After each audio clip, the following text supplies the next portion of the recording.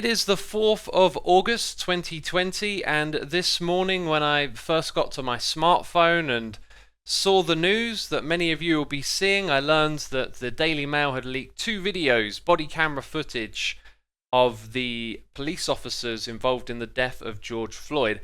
I'll put a link to the article down below if you want to check out those videos.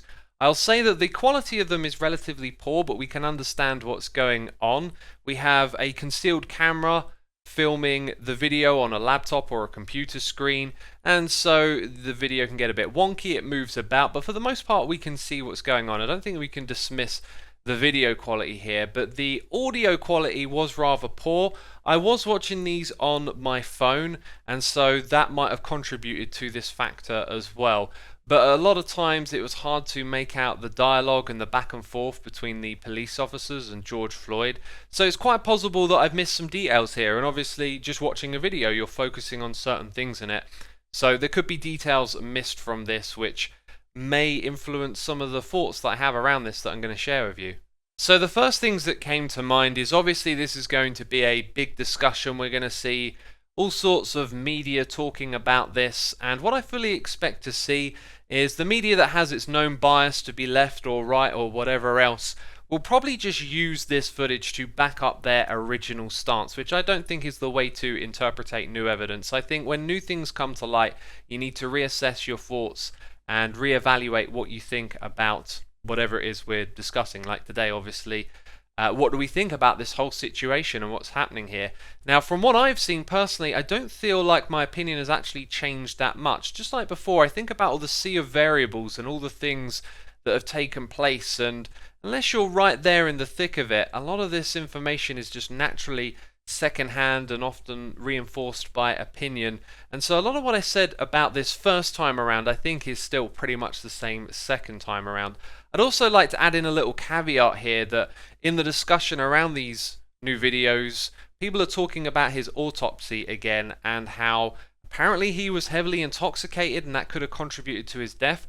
What I find frustrating about this is when I've dug into it in the past and just looking at it again, it seems heavily politicized. Like, if the autopsy claims that this could have led to his death, it's stamped out by people who have a different opinion, and then those people are claiming that the autopsy didn't reveal that information. So it's really hard to know what that has to play into all of this. So I'm just gonna, push that to the side while I share my thoughts on this with you. So whatever you take away from these new videos, one thing remains the same. The death of this man is still an absolute tragedy. You can't justify the death of an unarmed individual in the hands of police officers.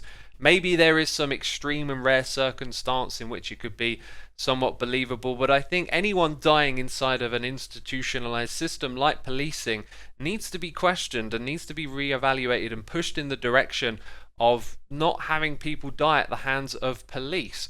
Imagine a fictional character who's done some heinous crime or whatnot. No matter how heinous it is, if they are unarmed and don't pose a threat to the police, you can't really justify their death in the hands of police officers. That's not what we want our system to be. Now, I am not an expert in policing or understanding these situations, and I'm not going to comment too much on how the situation itself was handled before his death. I think after his death, we're all in agreement that something absolutely horrible has taken place. And I also fully expect to see, once again, proclaimed experts popping up on the different sides of the spectrum, claiming the actions of the cops or George Floyd, what they should or shouldn't be. And I don't like looking at it from that perspective. If I look at it from my own perspective, one of mostly ignorance, there are a few things that come to mind. First of all, the police officer approaches the car with the gun drawn, and if I was sitting in my car as a motorist, that would be alarming to me from the get-go that the gun is already drawn. But obviously I come from a different culture, and perhaps it's police procedure to always approach a car with the gun drawn. I don't know, and I don't know if that's something that should be that way, but it certainly starts the situation off in a really bad place, because George Floyd is clearly in a distressful place when he's approached by his police officer with a gun. So he's clearly upset and distraught and in a lot of distress, and I don't think the situation at any point really de-escalates from that. George seems to be increasingly antagonized by the unfolding situation and claims to be anxious and having issues breathing and being claustrophobic. And to be fair, his body language really suggests he's genuine about all of this. But at the same time, in this state that he's in, he's not exactly resisting arrest or being physically harmful, but he is being difficult and not going along with their instructions.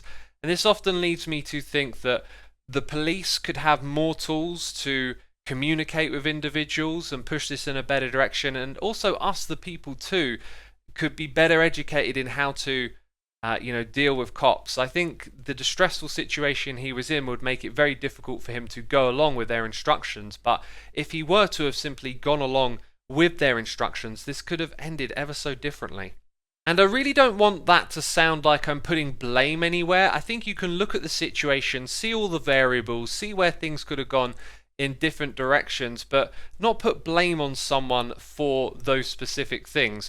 Obviously, once George is on the ground and he's got a knee in his neck, things become very different. There's a clear line there that is being crossed by that police officer that I think pretty much all of us are in agreement with. But leading up to that, I feel like a situation like this needs to be a teaching moment where we can understand the situation and take away information from it and turn it into tools. Again, talking about being able to interact with police better. That needs to come from both us, the people, and police officers as well. We need better tools for interacting with one another so things like this don't happen again. Now, when it comes to the racial aspect, my stance on this hasn't really changed at all. I don't think that we can look at this situation and say that the motives of the police officers involved were racial through personal preference. Like, unless a police officer admits they're racist, admits they had a racist motive, or there's some sort of smoking gun, something they've said in their past that indicates their beliefs that would have informed their actions, then I don't think you can actually say that they were racist in doing this. What I think you can say is that racism exists systemically, and I think the best way to describe that is that when you have an institution, it can have biases built into it, not necessarily the people inside of it, but just the culture inside and outside of policing. I think just disproportionately targets people who are struggling in society, near the poverty line. Disadvantaged people, I think, is probably the correct word to use, and that just happens to be a lot of brown people in America because of the history of slavery, how they've not started on equal footing at all, and how the echoes of those times still ripple through today with people being disadvantaged and disproportionate from one another. And so systemically, I believe that it puts those people in front of police officers more often than rich and affluent people, for example. And something else that I think kind of reinforces this as well is George's reaction. I think he knows as a black person that his interactions with the cops are more likely to be difficult and end up in a dire situation. As he often says, he doesn't want to get shot in the video. He expects that of the police officers, and that is part of the culture and the atmosphere around all of this that really needs to change. It absolutely has to change, and that's why I think we see so many people marching out there protesting, because it's so evidently clear that change around these sorts of situations needs to happen. There was also something else that I was expecting to see in this video that I didn't actually see. Around the last time this was a big part of the media cycle, a lot of people were talking about how the police officer and George Floyd actually knew each other, or maybe it was one of the four involved, because I believe there are two of them dealing with the situation and another two turn up later. And so there wasn't like a single word that I caught that would suggest that George actually knew the police officer who was mainly dealing with him. So that was like another little thing where I was like, oh, I kind of expected to have that shed more light on, like maybe he would refer to him by name or say like, hey, I work with you, I know you, because apparently the two of them worked at a nightclub together doing security. So last of all, I'd like to say that we are discussing the death of an individual, and this is incredibly contentious.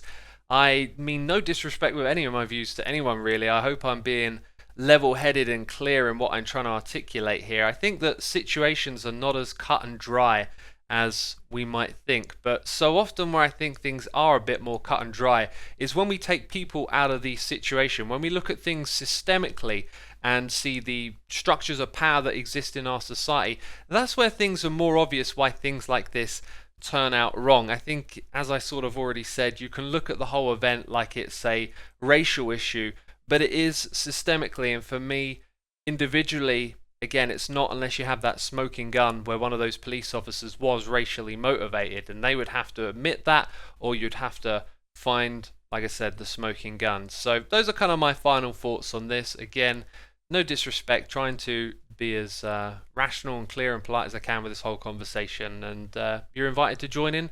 Let me know your thoughts with a comment down below. Thanks for watching. Bye bye.